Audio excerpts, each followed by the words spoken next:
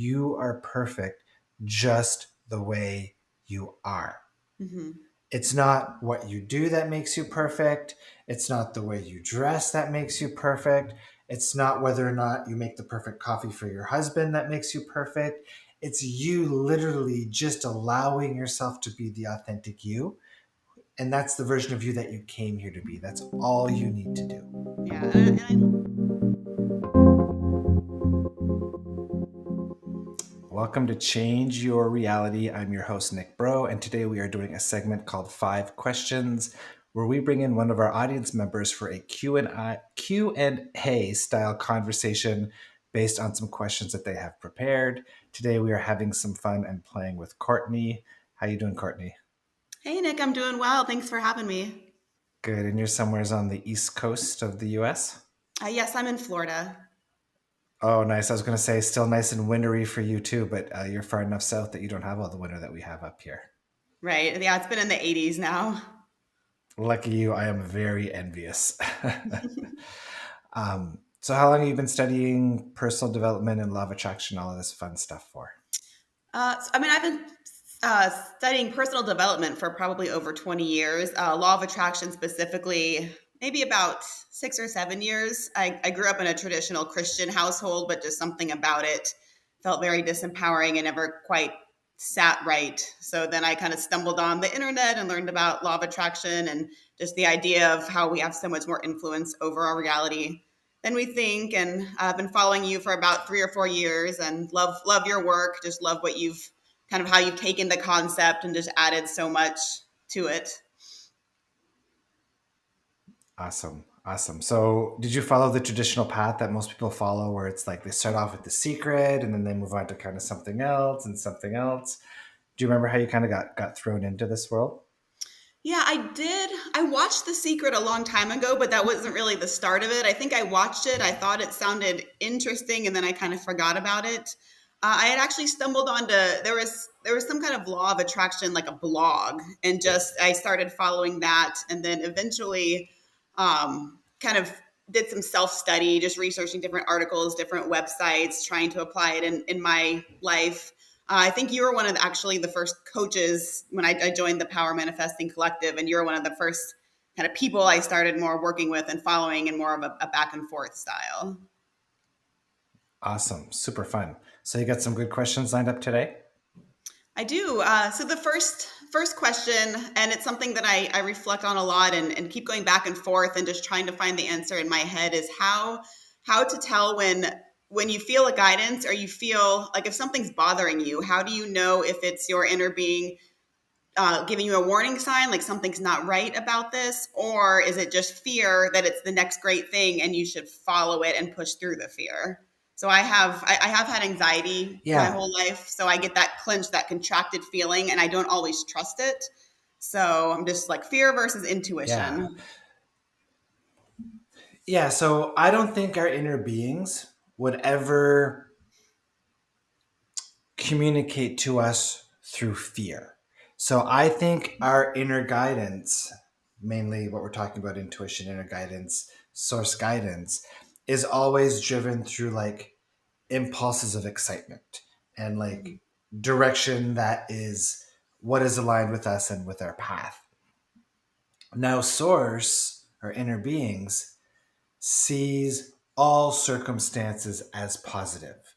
Because even if it's a circumstance that we don't want, even if it's contrasting, that circumstance is still there for our growth, for our expansion, for our up levelment, which again is what we need to go further down our path. So I don't think our intuition ever communicates through fear. I think it's more about communicating through what I would call maybe positive nudges or feel good nudges. Does that make sense? Hmm. Yeah. So I have felt that, and I And do experience that at times. yeah, and a lot of times anxiety. So there's few teachers who say that the energy of excitement and the energy of anxiety is actually the same energy, just filtered differently through our belief system. Hmm. So when a circumstance feels exciting, it's because we're associating a positive outcome from that circumstance. And if that same circumstance triggers anxiety, it's because we're filtering that same circumstance through a belief system of fear, right? Mm-hmm. So when anxiety comes in and kicks in, one of the things that you could do is kind of sit with that anxious feeling and then really tune in and see, okay, so is this feeling that I'm receiving, is it really anxiety? Is it fear? Or is it excitement that is being masked by fear through some belief that I'm practicing that something isn't safe?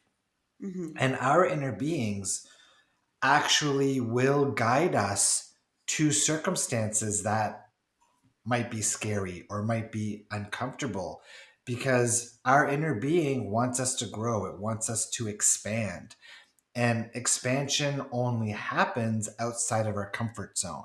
So when it's guiding us, it might purposefully be guiding us to things that might be slightly scary or uncomfortable because that's where we need to go for our growth. Does that make sense? Mm-hmm. Yeah, and I guess so then how do we know? I mean, I guess an example would be so in a relationship, I'm actually in a very amazing, wonderful, healthy relationship with this person where we're talking about marriage. She's just like it's the best relationship I've ever had.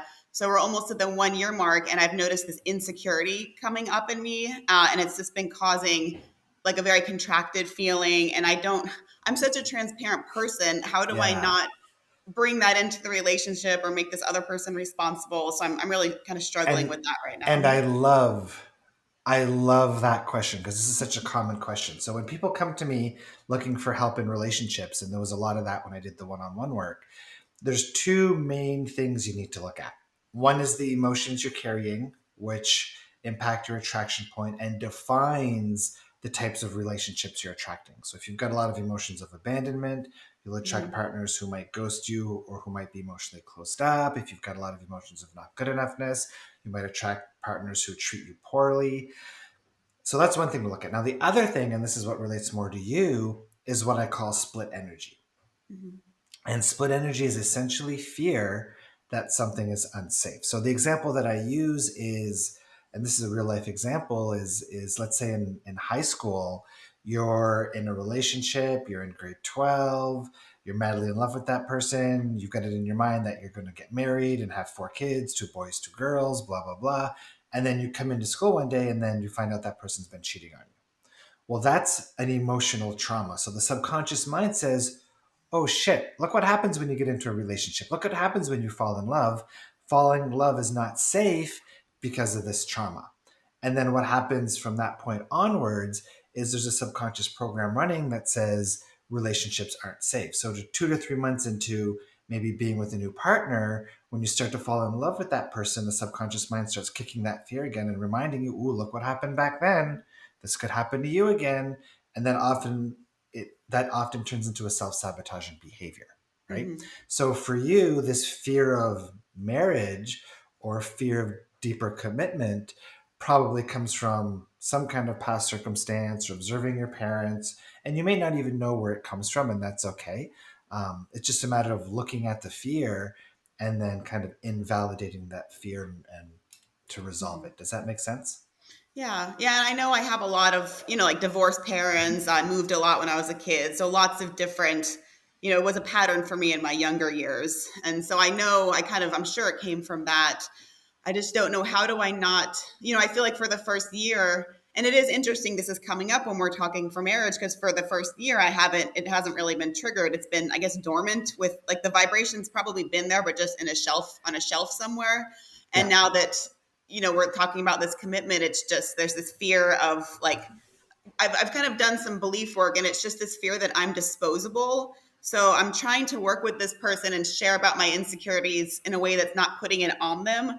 But then it puts me into kind of an unflattering light. And so then I walk away thinking, oh my gosh, like they're going to break up with me because I just look, I feel all like neurotic now, basically. So I don't know how to totally. pull it So back and get, so so the good news is that emotions and fears, regardless of what that emotion or fear is, it's not you, right? It's Mhm. just programming, and all programming can be changed. So if you want, we can play with it a little bit here and see if we can I know we don't have a whole lot of time, but we can see if we can nudge it a little bit and loosen it up a little bit if you don't Yeah, yeah, that'd recall. be great. Yeah. So, this, do you feel that as a fear dominantly? This Do feeling. Yeah, it's like this tightness in my chest, just a fear that I was in an unflattering light. So I've been kind of having my, you in that first year you want to be attractive, so you put your best face on. So now I've shown this unflattering side to myself. And oh my gosh, what is he going to think? And he's just going to Perfect. leave me. He's going to leave me because So, I'm not perfect. perfect. So, let's call it this unsafe feeling. Mhm. So, that unsafe feeling, 0 to 10, how strong would you say it sits if you could really allow yourself to tune into it? I feel like right now it's a 10 because we just had like last night we just kind of had discussions about things, so it's still very Good. fresh. I feel Perfect timing then. like. Yes. So that unsafe feeling, without getting in your head about it, without analyzing it, without trying to figure it out, if you just kind of relax and drop into your body and you say, that unsafe feeling, I feel that way because what's the first thing that comes to mind? Because my boyfriend might leave me. He might leave me. 0 to 10, how strong is that feeling? Like a 9. 9.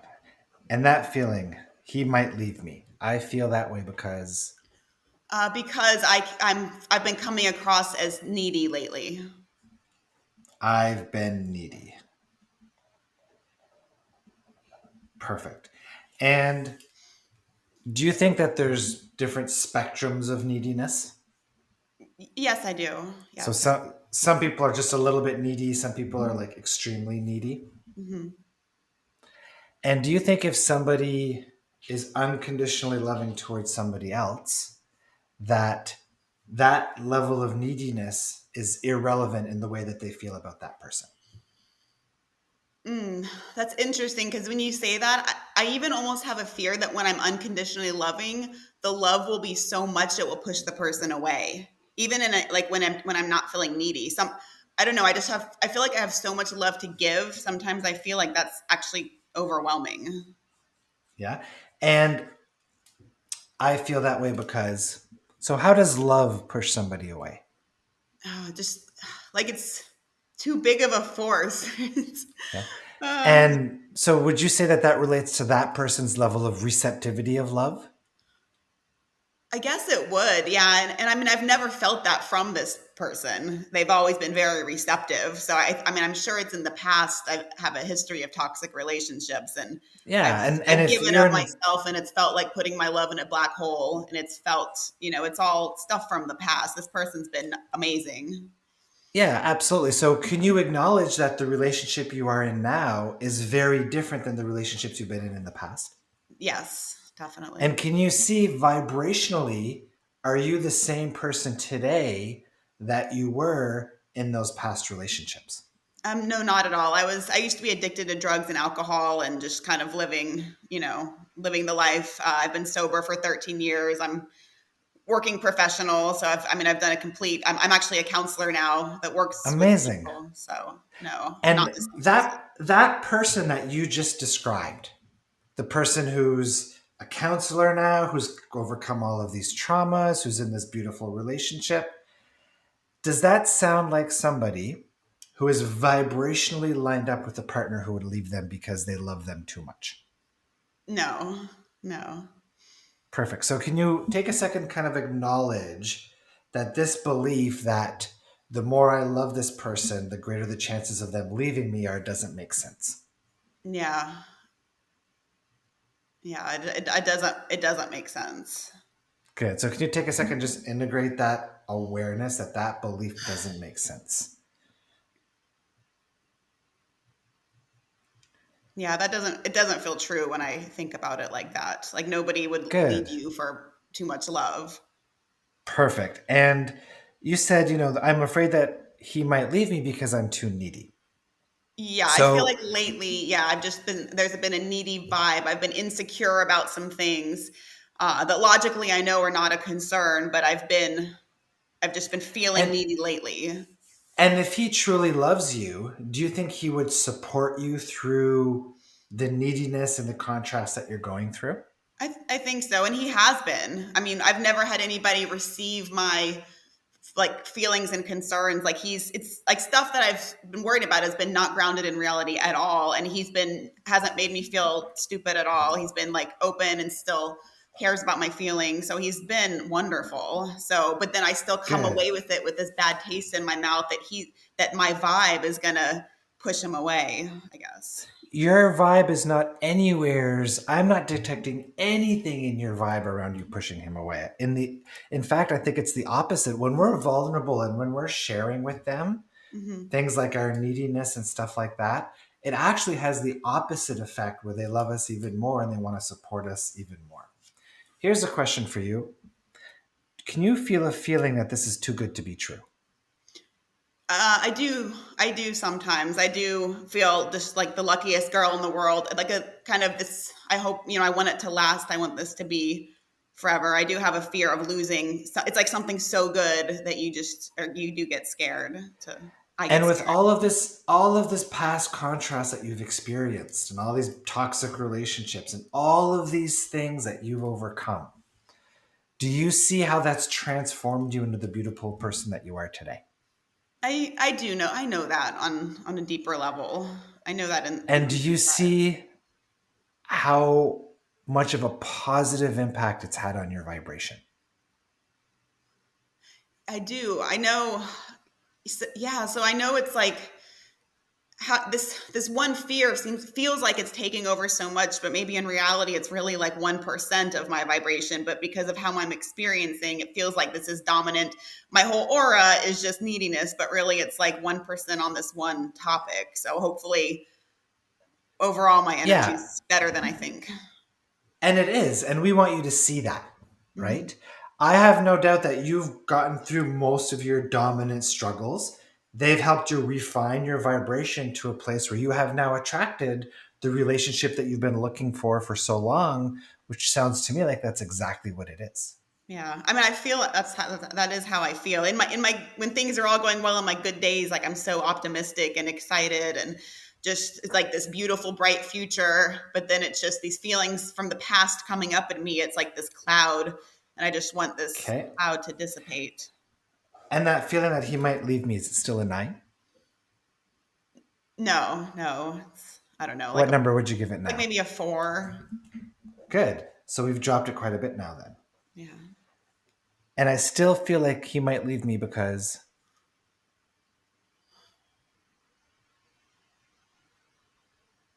I guess, I mean, not really, but I guess just if I can't turn this around, if I can't Okay. get out of this, I'm scared. I don't know. Like, will I be able to shift this? I guess if this persists, you Yeah. know. So we just shifted he might leave me from 9 down to a 4, Hmm. right? So with every belief you shift, every perspective you change, you're manifesting a brand new reality. Right. Yeah. So I believe that. I've seen that. so right now you're making those shifts as we're talking in this very moment, Hmm. right? Right. So that unsafe feeling, is it still a 10? No, it's probably about a 4 now to 4 now as Good. 4 now. So, which I guess brings me to a second question. So, once I've done clearing work before, but then only to have where I think I've cleared something and then it feels like it comes back up. So, Yeah. what do you recommend for like I guess maintenance work when you think you clear something and then you notice you're still feeling it. Yeah, so the reason something comes back is in understanding how emotions and fears really work. So the way emotions work and fears is the same way is you cannot have an emotion or a fear without an underlying perspective. So if you've got a belief that you're not good enough or an emotion of not good enough that keeps resurfacing, it's because there's an underlying belief that I'm not good enough because dad said so, or I'm not good enough because I haven't earned $1 million in my business, or I'm not good enough because XYZ. Mhm. So if you're feeling this not good enough feeling, and maybe the most dominant of those perspectives is I'm not good enough because dad said so. Once you identify that perspective and you invalidate that perspective, then you might stop feeling that feeling of not good enough in those moments. Now, because there's two other underlying perspectives or beliefs, then it will likely resurface when those beliefs become kind of reactivated again. Mhm. And an example of it being reactivated is with your relationship, where for the first year you were okay, and all of a sudden things are talking about getting more serious, and then it reactivated this older fear of commitment, right? Mhm. So when you have an emotion that keeps resurfacing, it's just because there's another underlying perspective that needs to be looked at and dealt with. And once you've dealt with all of the underlying perspectives, then that fear will, or that emotion will basically leave you alone and stop surfacing. And maybe it's a collection of perspectives. It's like a few different things. Exactly. Or sometimes it can be layered. So somebody with depression, for example, might have sadness at the surface, and then under the sadness, it might be anger. Under the anger, it might be powerlessness. And under the powerlessness, it might be a belief that it's not safe to let the sadness go. So, in Mhm. order to let the sadness go at the surface, you have to kind of work down through those layers of beliefs to kind of that root belief. And once you let that root belief go, all of the things on top of it dissolve and go away.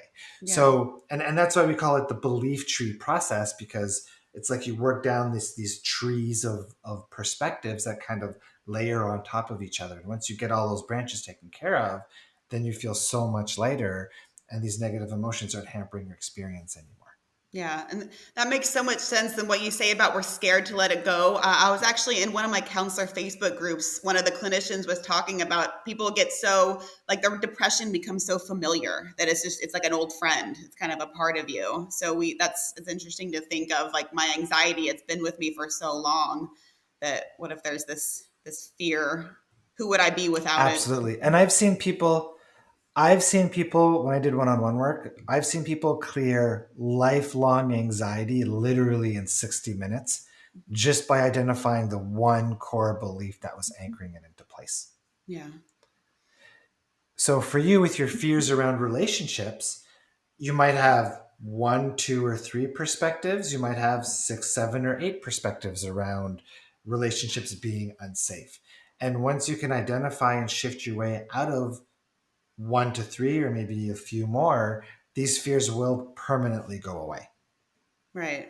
Yeah. I think for the big one for me right now is that I'm disposable. That just one wrong And move, one I've wrong, one bad perfect. And moment. I'm disposable. Let's play with that. I feel that way because, Um, because like who would want me in that state? Like who would want someone who? but it's not about, but remember, attraction isn't about who you are. Attraction is about vibrational compatibility, Mhm. right? So with my partner, Nick, I don't care if she wants to do channeling. I don't care if she wants to be a coach. I don't care if she wants to go work at Starbucks and be a coffee person. I couldn't care less what she chooses to do, right? I love her because of that connection, right? Mhm. Because we're vibrationally compatible. And I bet that your partner feels the same way about you, where he's in love with the essence of who you are, not who you're choosing to be. Does that make sense? Yeah. Yeah. And I guess so you're saying, and just me having this like temporary neediness about this like one topic isn't necessarily going to change my whole essence, right? No, and you exploring the neediness, so that's something that can shift, right? So the neediness might relate to an insecurity, Hmm. right? So the neediness might be you needing to be comforted and reassured by him because this fear is coming up that you're disposable. And once you get rid of this false belief that you're disposable, the fear should go away, and then maybe the neediness goes away too. Right. Yeah. And I do feel better. We've had probably 3 or 4 conversations about this particular topic. It's kind of surrounding having like other female friends, and it's nothing to be worried about, but it has triggered my I'm not enough, I'm disposable type of thing. And every time we've talked, and he'll give me reassurance, and then I feel better. But then I go home on my own, and then Yeah. the thoughts start coming again. And then I come back to him, and I feel so bad, like I'm putting this on him. So I want to just resolve it in Yeah, and myself so that I'm just confident. and that comes back to probably those past toxic relationships where trust was an issue, Hmm. Right. right? So what you need to recognize and realize is that You are absolutely not that same person you used to be back then. Hmm. And the fact that this relationship feels so different than it used to back then is because you're a different person, a different vibration who has attracted something completely different. Right. Yeah, it makes Make sense. sense? It's just like knowing it in my, grounding it in my being, I guess. Yeah, and the way you do that is by eliminating the things that prevent you from grounding it into your beingness, which is these perspectives. So it's about invalidating these perspectives. Hmm. So have you seen other relationships where the other person can be trusted? So have you seen relationships where that Yes. Yes. insecurity is irrelevant? Yes. Awesome. So if other people can manifest that type of relationship, isn't that evidence that you can too? Yes. Totally. And is Hmm. it possible that you are in one of those relationships right now? Yes. I think, I know I am. The logical part of me, or deep in my heart, I know that I am. Good. So can you just sit into that feeling and that awareness? I know I'm in one of those relationships. Yeah, it feels And really all good. of those Mhm. and all of those past relationships are completely irrelevant to this one because I am a completely different person at a different vibration. Mhm. Would you agree that you feel more worthy than you used to back then? Absolutely. Would you agree that you feel more good enough than you used to back then? Yes, definitely. Awesome. So your relationship is a reflection of those changes you made about yourself, about those perspectives around yourself. Right. Yeah, I think just not being so consumed by the one like shadow part, the one wrinkle in my vibration, just not, I'm blowing it out of proportion. Nobody's Does it feel like perfect. it's does it feel like it's unsafe to let that fear go?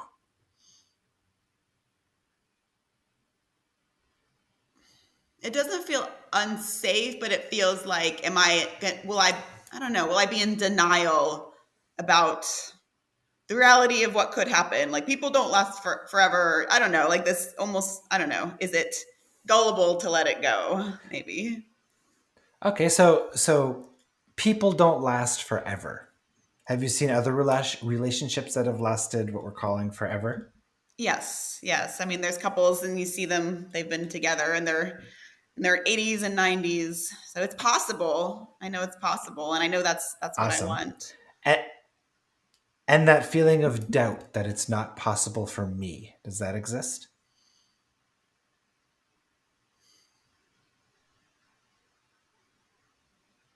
Maybe a little bit of like skepticism, or just I don't know, the word Yeah. And, gullible is coming up, of just um like, and is it possible it's the fear of being surprised? The fear of being taken by surprise. Because there's something there. I can't quite pinpoint what it is yet. yeah, it's just don't it's kind of like the too good to be true feeling. Coming back to that, is this, Yeah. do I really get If this you happy completely ending? let Like, do I really yourself, get this, and why not? Why couldn't I get this happy ending? Why couldn't this be my happy ending?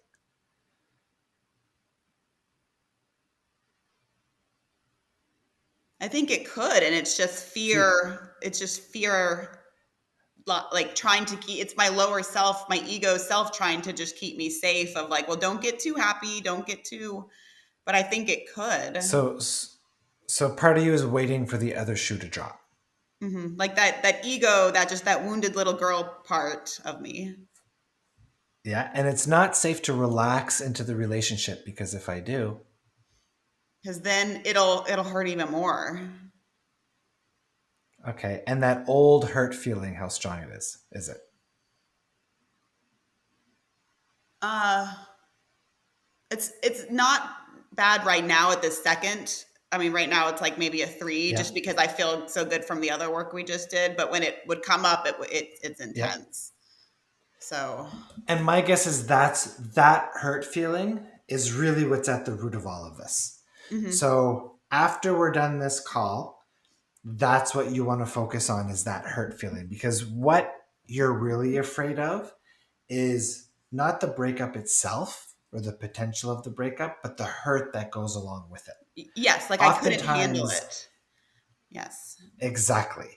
And once you let that hurt feeling go, which again is just an emotion, right, that you're carrying, even though it's extremely unpleasant, once you release that, then that's kind of what anchors that fear in place. And Mhm. once you release that old hurt feeling, then this will have so little power over you. Yeah, you're right. It's the fear of loss. It is. I do have a great fear of loss, and I have like the little image of this. There's a wounded little girl inside, and so if, like I guess from your what you're saying is like that's that fear of hurt. Like I just feel like there's pain so great that I couldn't handle it, and in the past I couldn't. In the past I Yeah. overdosed. In the past I did life threatening things. When I was in my teen and 20s, I was very obsessive. My life literally would be in jeopardy over like a breakup. So it's just it's from Yeah. my history though. But there, yeah. So that hurt feeling inside, how do I heal that? Yeah. So I would say it's about working. So it sounds like you're very supported by your current partner, which is amazing. Hmm. And what I would do is work with one of your coworkers or your facilitators, or talk to one of my facilitators, or work with somebody who's got the tools like the belief tree process that can help you work through that hurt feeling. But again, I think we've pinpointed exactly where you need to go. Hmm. That's not somewhere where I want to go on one of these calls, Right. um, Right. but but understand that it's not part of you. It's just a hurt that you're carrying. And with the right process, you can absolutely let that stuff go.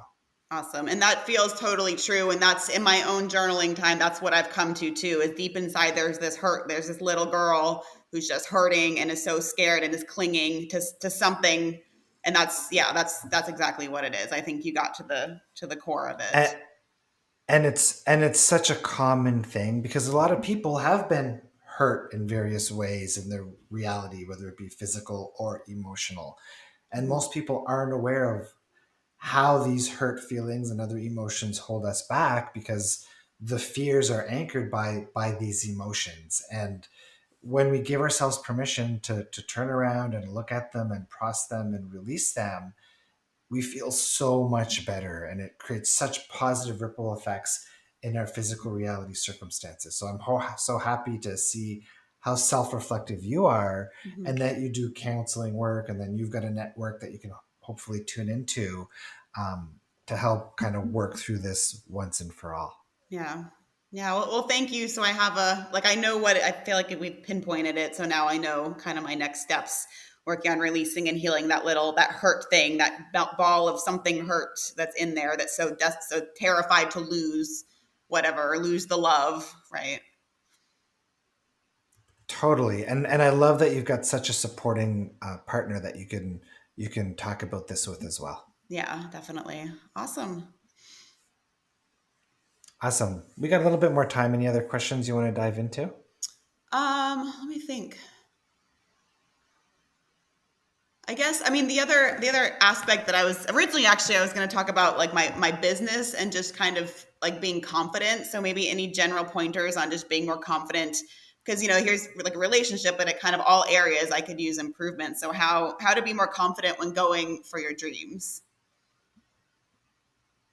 Yeah, and this kind of comes back to the same thing, even though it feels like it's a completely different topic. Mhm. The lack of confidence in your business relates to probably the same underlying root cause of lack of confidence in all the aspects of your life, relationships, etc. And again, what we do is we go back to that same belief tree process and understanding that that lack of confidence feeling is just there because of a perspective, Mhm. right? Mhm. So if you want to just look at it really quickly, if you say that lack of confidence feeling for my business, I feel that way because what pops in your head? Yes. So the two biggest things. So I'm an in-person therapist right now, but I want to do like online coaching for women. It's my lack of tech knowledge, Yeah. and then I'm very insecure about how I ramble sometimes. So I just Okay. like I talk too much. So so I think you're doing great. So lack of tech knowledge. So you found your way onto this call with me, I did, and I've never right? used this You've been platform before. perfect, and you've used Zoom before because you're in the collective, or you're in the collective. You've Hmm. been on those calls before, right? Hmm. Awesome. So to me, that's more than enough tech knowledge to be able to do sessions with people online. Would you agree with that? Yes. Yes. I think it's like the Good. website and So we've taken care of. things like that, building it. And then my mind just piles it all on top. It's like a website and email marketing. It's just all these new things I know nothing about. Would Would you agree that there might be coaches online who don't do any of that stuff and are still successful? Yes, I've heard that before. Yes. And would you agree that your intuition and your inner guidance from a place of alignment can lead you in the right direction, to maybe lead you to the right courses or books or trainings for all of that stuff? Yes, that's my goal, is having the business be soul aligned and following, like letting my inner being guide, which takes more of the pressure off me. Is like I'm kind of, I just, that's how I want to do it, is the way that you teach, with following impulses and just like the next thing. What's the next fun, exciting thing that feels good? If you ask me, all of the stuff that you've overcome in your past is way more difficult and way more challenging than figuring out a bunch of tech stuff. And if you've overcome all that and gotten to where you are in your life today, the tech stuff is a breeze. That Would you agree with that is that? a good point. Yes, it's, I'm making such big, like Awesome. So all how's of my current challenges are just so small compared to what I have overcome. That's a really good point.